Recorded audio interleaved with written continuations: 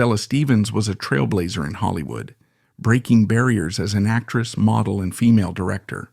Her life embodied resilience, rising from teenage motherhood to earn critical acclaim in over 60 films, including The Nutty Professor and The Poseidon Adventure. Her contributions to modeling, television, and entrepreneurship demonstrated her versatility and ability to adapt to changing times, leaving an indelible mark on Hollywood and beyond. Stella Stevens captured the hearts of teenage boys throughout the 1960s with her undeniable charm and beauty. Despite facing a life-altering challenge at just 15, when she became pregnant and feared she had shattered her future, she went on to carve out a remarkable career in Hollywood. Rising from those early setbacks, Stevens established herself not only as a successful actress, starring in over 60 films, including the classic comedy The Nutty Professor, alongside Jerry Lewis in 1963, but also as a pioneering female director.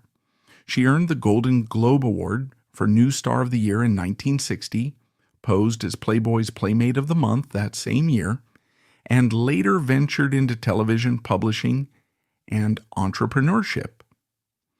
In this video, we'll delve into the extraordinary story of how Stella Stevens overcame personal obstacles and societal expectations to become one of Hollywood's most memorable icons. Born on October 1, 1938 in Yazoo City, Mississippi, Stella Stevens, originally Estelle Eggleston, was the daughter of insurance salesman Thomas Elliott Eggleston and nurse Davy Estelle. When she was 4, the family relocated to Memphis, Tennessee, where she attended St. Anne's Catholic School before completing her final year at Memphis Evening School. Living directly behind a local movie theater ignited her passion for film. She even admitted in an interview that she would deliberately pester her mother just to receive money for tickets. Stella Stevens faced remarkable obstacles at an early age, becoming pregnant by electrician Noble Herman Stevens at just 15 and marrying him soon after. By 16, she had given birth to her son, Andrew Stevens. Upon completing high school, she made the bold decision to divorce Noble and adopt the stage name Stella Stevens, a deliberate move signaling her desire for independence and a fresh start. Rather than letting young motherhood derail her ambitions, she enrolled at Memphis State College, where her passion for acting and modeling blossomed. This period was pivotal. She immersed herself in stage productions, honed her craft, and began earning local recognition, particularly for her performance in the play Bus Stop. In an era when teenage pregnancy and divorce often derailed women's aspirations, Stevens refused to be confined by social expectations, using her experiences as motivation to forge a new path. Her early struggles and subsequent determination laid the groundwork for a career that would span film, television, and beyond. Through these formative experiences, she not only found her voice in the world of entertainment, but also set an example of resilience, ambition, and self-invention that would define her later achievements. Stella Stevens launched her film career in 1959 with a small but noteworthy part as a chorus girl in Say One For Me, a musical comedy produced by Bing Crosby and directed by Frank Tashlin, which also featured stars like Debbie Reynolds and Robert Wagner. Although her contract with 20th Century Fox concluded just 6 months later, Stevens secured a new deal with Paramount Pictures after delivering a standout audition. Her work in Say One For Me earned her a Golden Globe Award for New Star of the Year in 1960, signaling her rapid rise in Hollywood. In parallel with her acting endeavors, Stevens dived into modeling. She made history by being the first person photographed by candlelight with Kodak's then new film technology, and she also graced the pages of Playboy multiple times. After making her debut as Playmate of the Month in January 1960, she returned for features in 1965 and 1968, By the mid-1960s, she was widely recognized as one of the most photographed women of the era. According to various film history sources, her blend of talent, charisma, and striking appearance helped cement her status as a sought-after star, paving the way for roles in prominent films like The Nutty Professor, 1963, and later The Poseidon Adventure, 1972. Building on her growing fame as both a film actress and sought-after model, Stevens soon found herself at the center of a high-profile project alongside one of the era's biggest names in music and movies. In 1962, Stella Stevens co-starred with the Elvis Presley in the musical comedy Girls, Girls.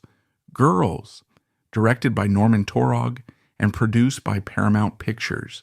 Despite the film's commercial success and Presley's immense fan base, Stevens revealed in later interviews that she despised her role, describing it as the girl who gets dumped for the prettier one, and confessed that she never watched the movie after its release. According to various industry sources, she initially refused to take the part and nearly faced suspension from Paramount, reflecting the limited control many actors had under the studio system. Even so, Elvis reportedly offered the advice, "Don't knock success," underscoring the reality that box office appeal carried substantial weight in Hollywood. For Stevens, the experience epitomized a clash between her creative aspirations and the pragmatic demands of stardom. Working beside Presley, whose global following all but guaranteed a profitable outcome, meant she was cast primarily to serve as a foil for his on-screen persona. While she chafed at the limited scope of her role, the production nevertheless helped keep her name circulating in an industry where visibility was paramount. Over time, she grew to recognize the balancing act between artistic integrity and the commercial realities of show business. Though Girls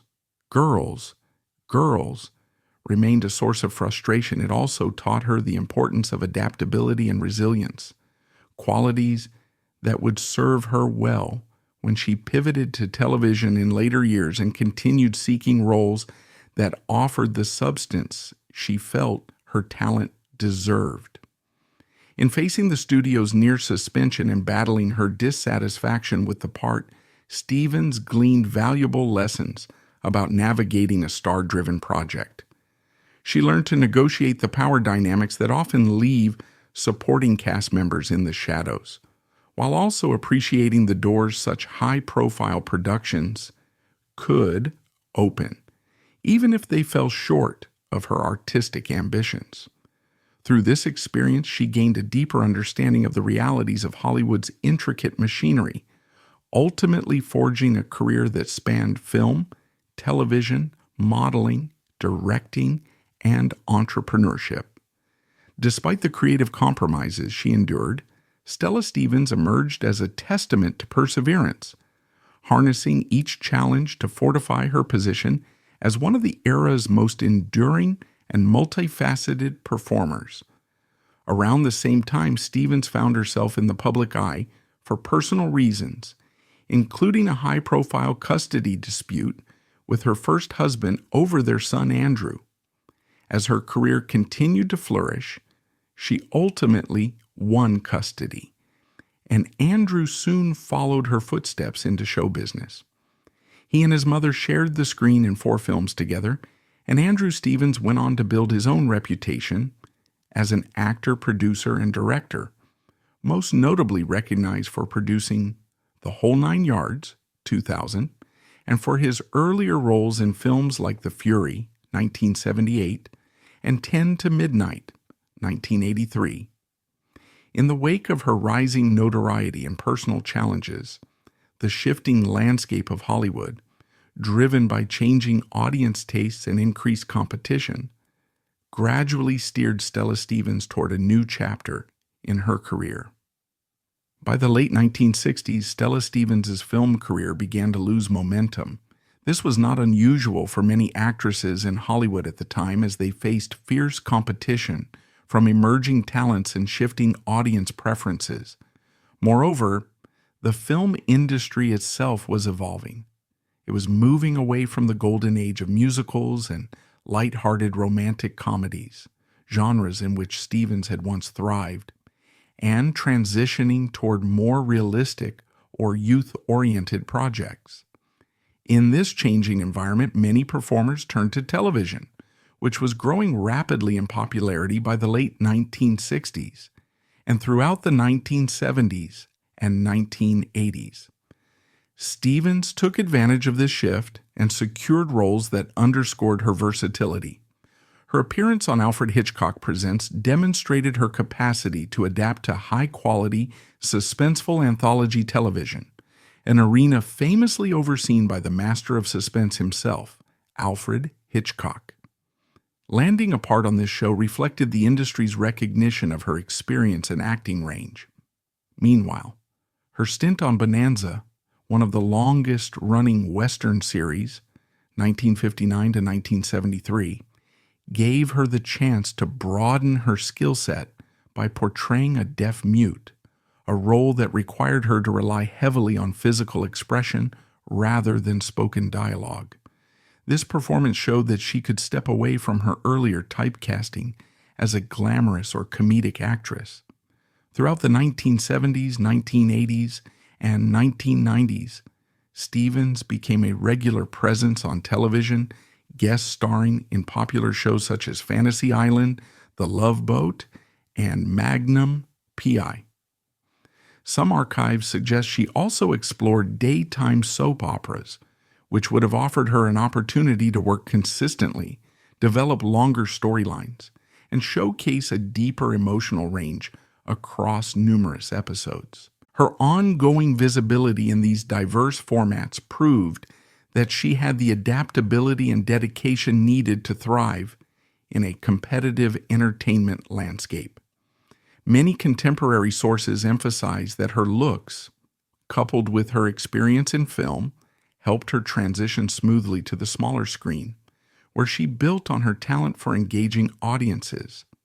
By 2006, Stevens made her final television appearance in the NBC sitcom 20 Good Years, starring John Lithgow and Jeffrey Tambor. Although the series itself lasted only one season, her participation marked nearly 4 decades of continuous work in television, which had begun in the late 1960s when she first sought alternatives to declining film opportunities. In retrospect, her journey exemplified the determination and willingness to reinvent herself, a hallmark of a performer who refused to let industry changes limit her potential. For fans, Stevens was no longer just the comedic or alluring star of Say One For Me, Girls, Girls, Girls, or The Nutty Professor, but a recognizable face on primetime and daytime TV for multiple generations. By effectively leveraging the rise of television, she secured a lasting place in entertainment history, demonstrating both resilience and an ability to navigate the ever-changing tides of Hollywood. Beyond her screen career, Stella Stevens showcased a variety of other artistic pursuits that underscored her multifaceted talents. She lent her voice to the Skipjacks, a vocal group famously associated with iconic TV theme songs, including those for The Flintstones, 1960 to 1966, and The Patty Duke Show, 1963 to 1966, thereby extending her reach into the realm of popular music. During the late 1970s and into the 1980s, Stella Stevens set her sights on directing, ultimately helming 2 films, The American Heroine and The Ranch. By many accounts, The American Heroine emerged from a unique collaboration with film students at the University of Texas, reflecting Stevens' willingness to nurture emerging talent, an unusual move at a time when established actors often sought only big-budget projects. Although information on both films is relatively scarce, Multiple interviews and contemporary articles suggest that Stevens was deeply committed to the craft of directing, an ambition she had held since her earliest days in Hollywood. She repeatedly expressed frustration that her physical attractiveness, rather than her creative abilities, dominated the conversation around her career. This sentiment echoed a broader issue of the era, as industry gatekeepers routinely undervalued women behind the camera. According to data from the Directors Guild of America, female directors constituted only a tiny fraction of the total membership in the late 1970s and early 1980s.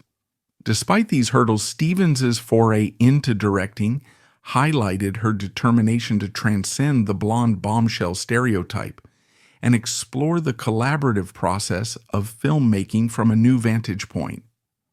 While The American Heroine and The Ranch did not achieve the same level of mainstream recognition as her acting roles, they stand as a testament to her drive, her willingness to mentor novice filmmakers, and her desire to reshape how Hollywood perceived her abilities. Stella Stevens channeled her creativity into an impressive range of entrepreneurial and artistic endeavors that went far beyond her Hollywood image. She introduced her own fragrance line, showing a natural flair for personal branding that presaged modern celebrity marketing strategies. Around the same period, she published a novel often cited in fan forums and newspaper clippings, though it received comparatively little attention when measured against her prolific film resume. In addition to writing, she cultivated an interest in the visual arts, which led her to open an art gallery in Twisp, Washington, a move that signaled her desire to champion both established and emerging artists. Local reports at the time described her gallery as an intimate space where she occasionally showcased her own artwork, revealing a side of her seldom seen by the broader public. Further diversifying her pursuits, Stevens established a bakery in the same Washington community, capitalizing on her love for culinary arts and creating yet another avenue for self-expression.